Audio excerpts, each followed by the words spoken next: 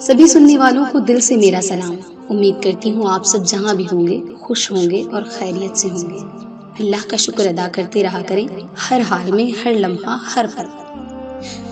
آج میں لائی ہوں آپ کے لیے ایمان کے بارے میں ایک مختصر بیان۔ ایمان کی مٹھاس حقیقی ہوتی ہے۔ ایمان کی ایک مٹھاس ہوتی ہے جو کبھی محسوس ہوتی ہے تو کبھی نہیں ہوتی۔ یہ مٹھاس زبان پر نہیں دل میں محسوس ہوتی ہے، اور صحیح بات یہ ہے یہ حقیقی مٹھاس ہے۔ ابن رجب رحمہ اللہ بھی یہی کہتے ہیں کہ انسان دل میں ایمان کی مٹھاس ویسے ہی محسوس کرتا ہے جیسے زبان پر شکر کی۔